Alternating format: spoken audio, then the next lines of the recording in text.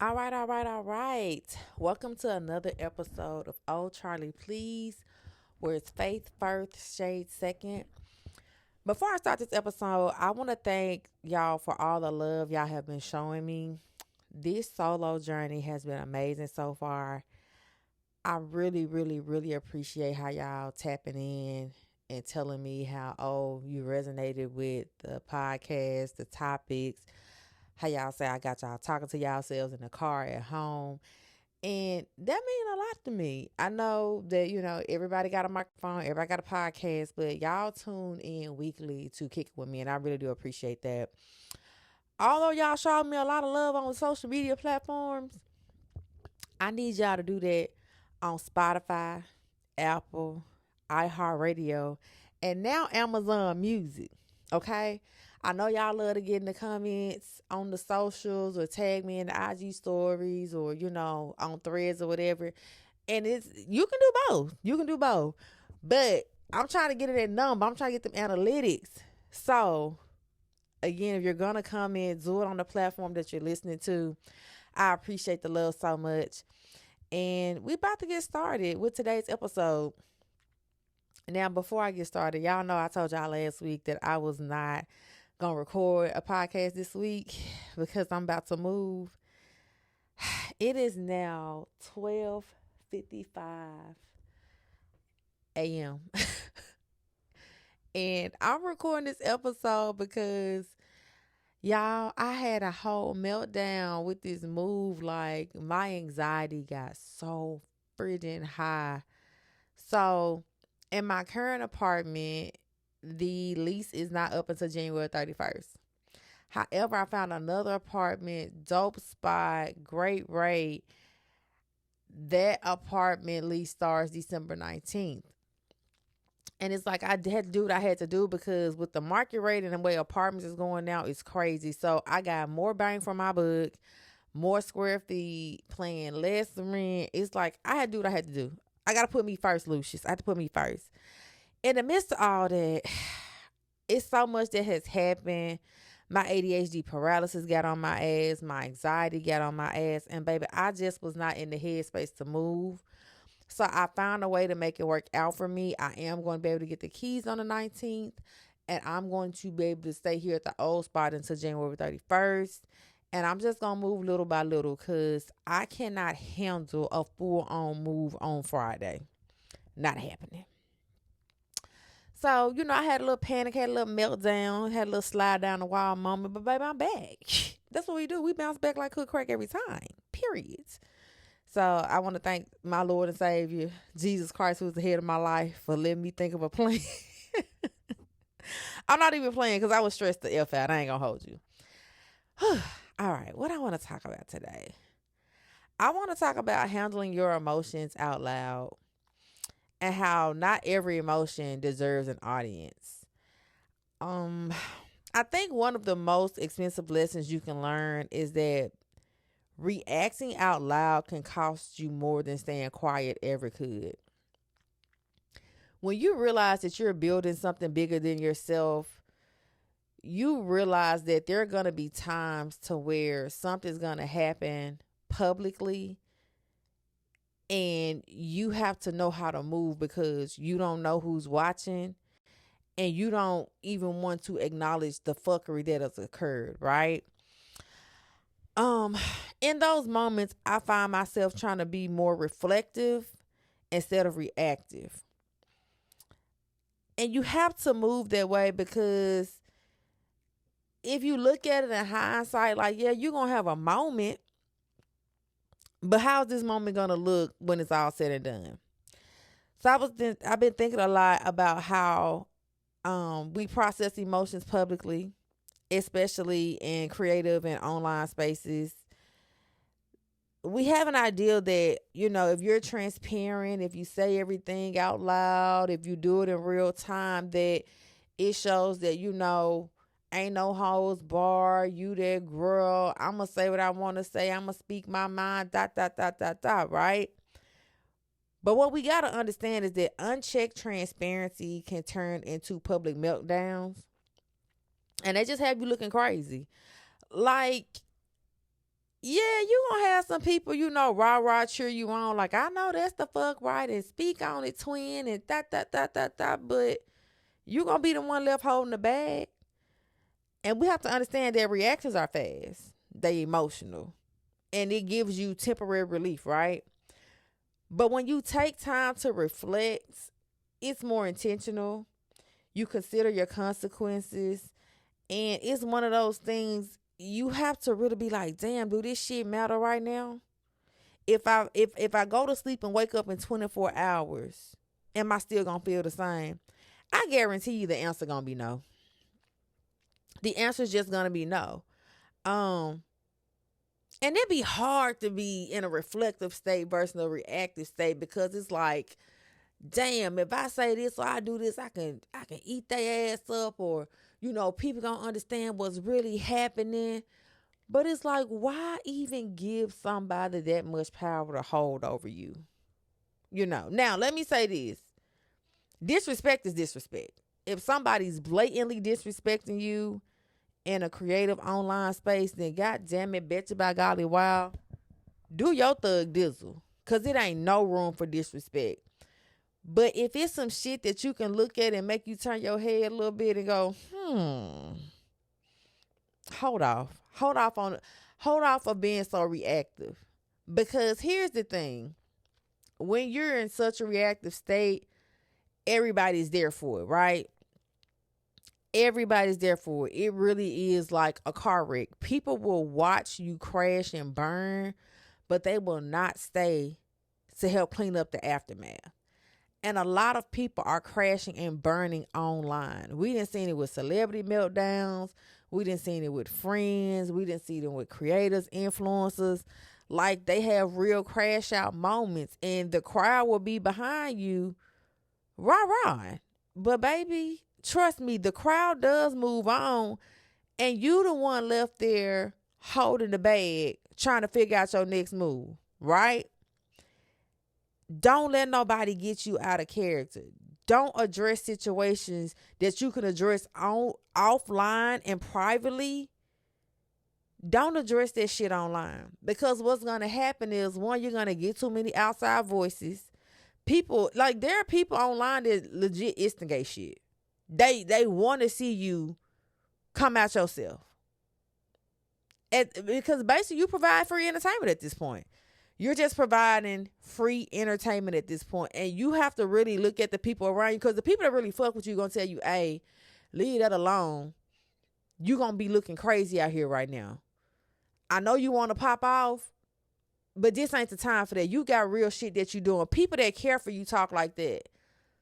Especially when you say you're trying to do something, you're trying to grow something, you're trying to build something, right? People that don't give a fuck about you will put that battery in your back and have you like that Energizer button to keep going and going and going.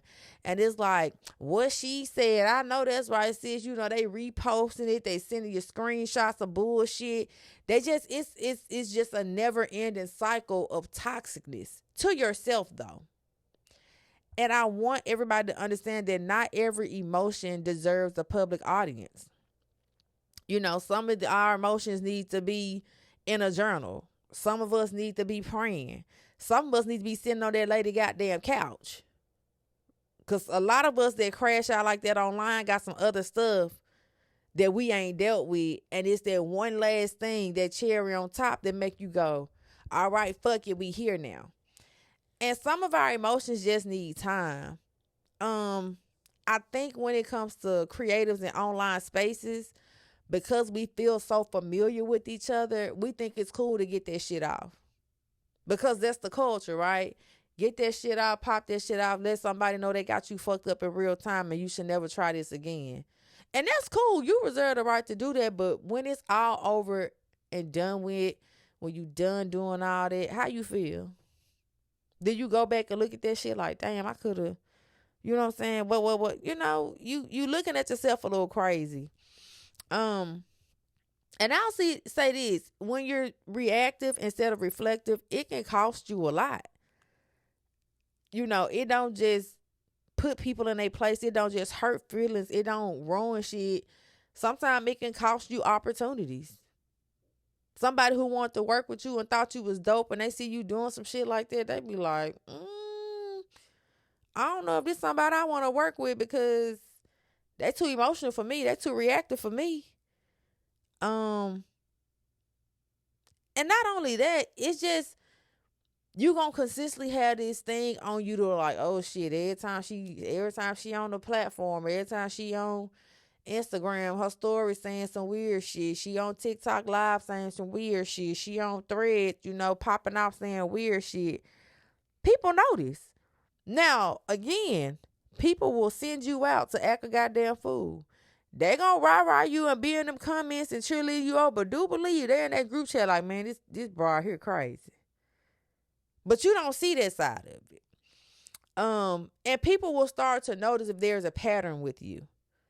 They were like, are they really acting like this because they truly feel like this, or are they seeking validation, or are they going after, attention?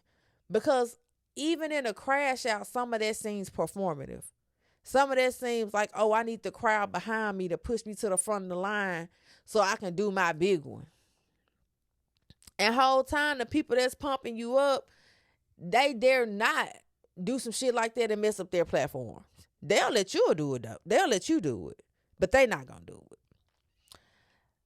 So what I find myself doing in those situations is just being quiet.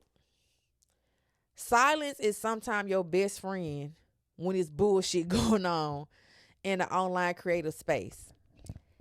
And sometimes people mistake your silence as, you avoiding something. Or, oh, she's scared to say something. Or, she ain't about that because I would have been popped out, oh, she weak. No, it just means you got enough sense to know that every response gonna build a narrative. And sometimes that narrative is some bullshit. And that narrative does not deserve to exist. Being quiet gives you the opportunity to think clearly. You can kind of regulate your emotions, and you can decide how you want to move going forward, right? And it allows you to be more intentional, because sometimes we got to take accountability. Like, this has happened because there's something I've done along the way that contributed to this behavior, right? But it just allows you that space and opportunity to just reflect. Again, being reflective and not reactive. And I think if more people did that, it would save them a lot of shame and a lot of embarrassment later on down the line. I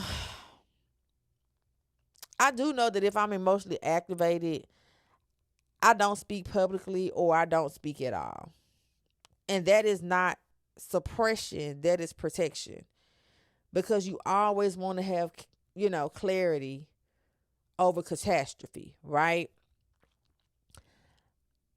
And I'm going to say this, I'm going to be real transparent. There was a point in time we was on social media, especially when I was on Twitter back in the gap. Baby, I would go 40 days and 40 nights on bullshit. Just, hey, I'm there. We doing this today. But the older I get and the more you pay attention to how social media work, especially when you're trying to build something, you got to understand, sometimes you got to let that shit go. Sometimes you really just have to let that shit go. Even though you don't want to, even though you justified and, popping your shit and popping off, you got to let that shit go. You got to let it go. And it's hard. And I'm the type of person, baby, the North gonna remember. I don't forget shit when I feel like I'm being slighted, but at the same time, it's just like, nah. And a wise man once said, you never argue with a fool because from a distance you can't tell who's who. And that wise man was, Sean Jay-Z Carter, one of my favorite rappers. And it be like that. It's like when we get through it's like, who actually won something behind this? Who actually gained something behind this? Nobody but the people you have now entertained for free. Because that's all it is. So I hope this helps somebody, especially in our online creative space, especially, when we're trying to do something to build something. And not even if you just building something, just we too grown. We too old. We too nah. Stop that reactive ass foolishness.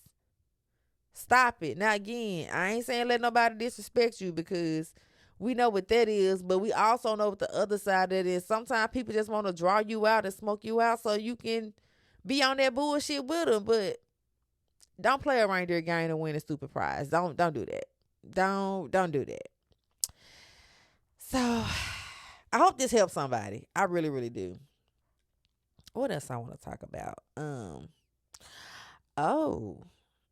So for y'all who don't know, I'm here in Dallas, Texas, and y'all know we have a governor and a senator in seats that don't give a damn about hardworking middle class people.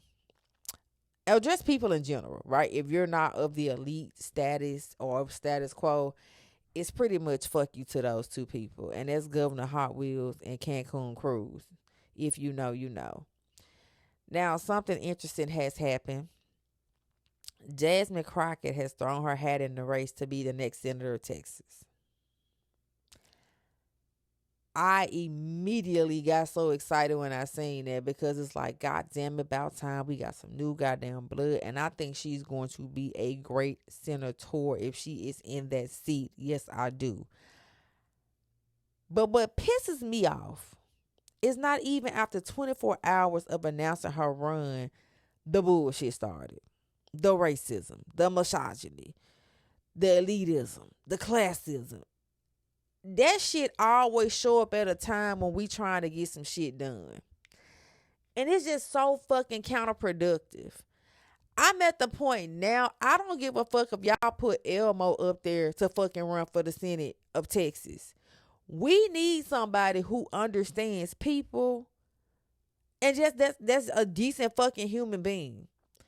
It's always when black women try to do something great, they met with so much fucking adversity and bullshit that don't matter. Y'all see how they did Kamala? Y'all, baby, every day I think about why Kamala Harris is not the motherfucking president of the United States. Because, baby, this quite literally would have been the land of milk and honey. And I'm not even going to hold you. I really think Kamala would, as far as the economy, she would have put us back in a place where Bill Clinton had us. And I'm going to stand on it. Bill Clinton is the only president that had us in a surplus of the economy, and we were not in a deficit. And then George W. got in there and blew the whole motherfucking budget, blew all the money, lost the church's money, playing with it by spending it all on war, looking for weapons of mass destruction that didn't even exist. But that's neither here nor there. Again, Jasmine Crockett, if elected, is going to be an amazing fucking senator for Texas. And shout out to Lady Creole and Black Girls Who Brunch, because I immediately text Lady Creole like, you heard Jasmine running. Like, we got to get fucking boots on the ground. I'm volunteering. I'm doing phone banks. I'm knocking on doors because it's going to literally take all of us. And if I got to sacrifice a little time to get Jasmine in that seat, I'm going to do what the fuck I got to do. But again, shout out to Lady Creole. If you don't follow her, please follow her. She's really good with breaking down political content in a way that's digestible and understandable, that don't make you feel stupid. And Black Girls Who Brunch, she's really good at that too. I love watching those two talk about political content and what it means, and doing political content and what it means, what we got going on in the world, what elections going on. They break down laws and all that. So shout out to those beautiful black women for doing the Lord's work. Love y'all down. What else I want to talk about? Oh, the Michigan coach, Sharon Moore, got arrested for an alleged assault, according to MLive.com. Now, allegedly, I have to say allegedly, he was having an inappropriate relationship with a staff member by the name of Paige Shriver, who may be pregnant.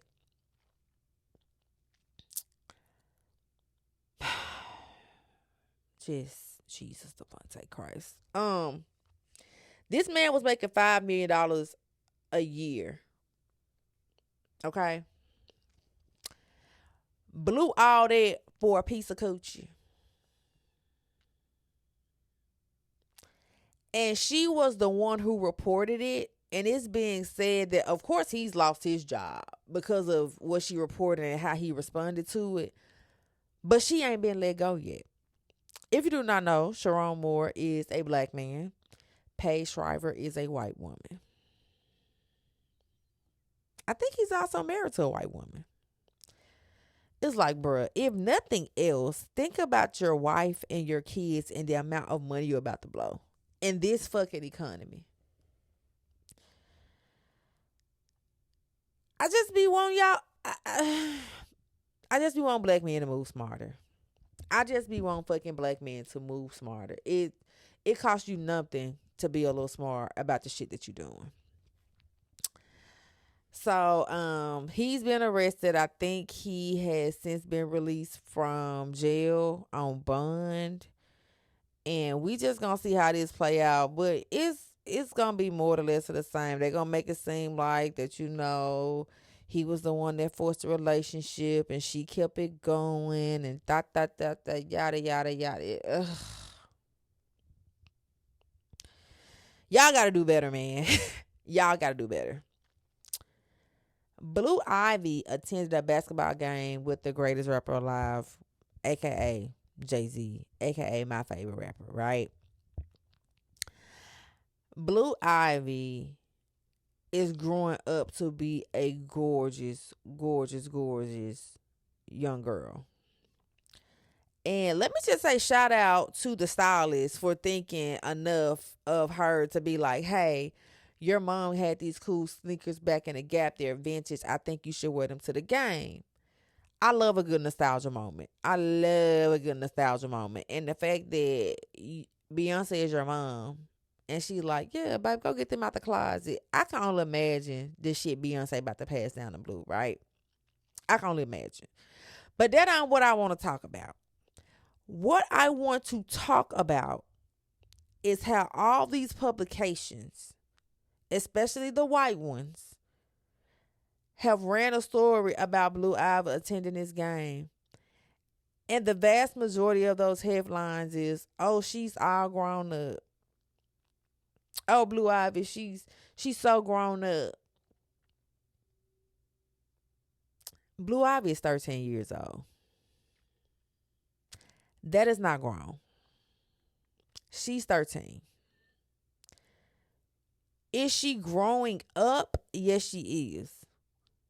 But y'all saying she's growing up to be a lovely young woman or attractive young woman or whatever. Here's my thing. At 13, you're still a child. At 14, you're still a child. At 15, 16, 17, 18, 19, you are essentially still a child. When you get to calling somebody a young woman, to me, a young woman is anyone from the ages of 20 to 25. Blue Ivy ain't that. Blue Ivy ain't that. I hate that we live in a world that we try to grow up our young black girls so quickly. Let Blue Ivy be the child that she wants to be, that she's destined to be. Pun intended. I'm looking at all this and even some black publications and just on threads and just, oh, Blue Ivy so grown up. She is not grown. Stop saying it. She's 13. She'll be 14 soon. You're trying to put her in a space with adults to have her to operate as herself amongst adults. Like, no, because we know what that's going to be. It's going to be her, on the cover of a magazine saying, she all grown up and risque pictures. Not saying Beyonce never gonna let that happen, but this is how that bullshit starts, especially in the entertainment industry. And then you get all these fucking vultures and weird ass pedophiles looking at her like she's a grown woman. No, I agree. Blue Ivy is a gorgeous girl. Gorgeous girl. She looks like Beyonce by way of Jay-Z. She is the perfect combination of both of their genes. But Blue Ivy ain't grown, nor is she all grown up. I want us to stop this. You could have said she looked lovely at the basketball game with her dad and Beyonce vintage sneakers, but Blue Ivy is not grown.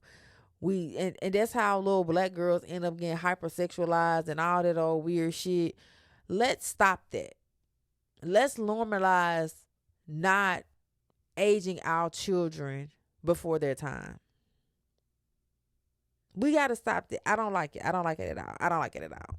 So shout out to you, Blue Eye, because you was looking real cute courtside with your daddy. Um, what else I want to talk about? I think that's it, y'all. Trying to finish preparing for this move. Trying my damnedest in my heart is not to break down. Today started out rough, but it's going to get better. Tough times don't always last. So I want to thank y'all for tuning in to episode 111 of Oh Charlie Please. Don't forget we are on Spotify, Apple, iHeart Music, and now Amazon Music. If you're gonna comment again, comment on the platform in which you're listening to. Still comment on the socials, but please comment on the platform which you're listening to. I'm trying to get some things done in the algorithm, analytics, and all that. And I'm trying to get some stuff done for y'all too. So again, tell a friend to tell a friend. Just send the link over to what you listen to today, and I will greatly appreciate it. Until then, this is your girl Charlee. Remember, it's faith first, shade second, and I will holler at y'all later. Bye.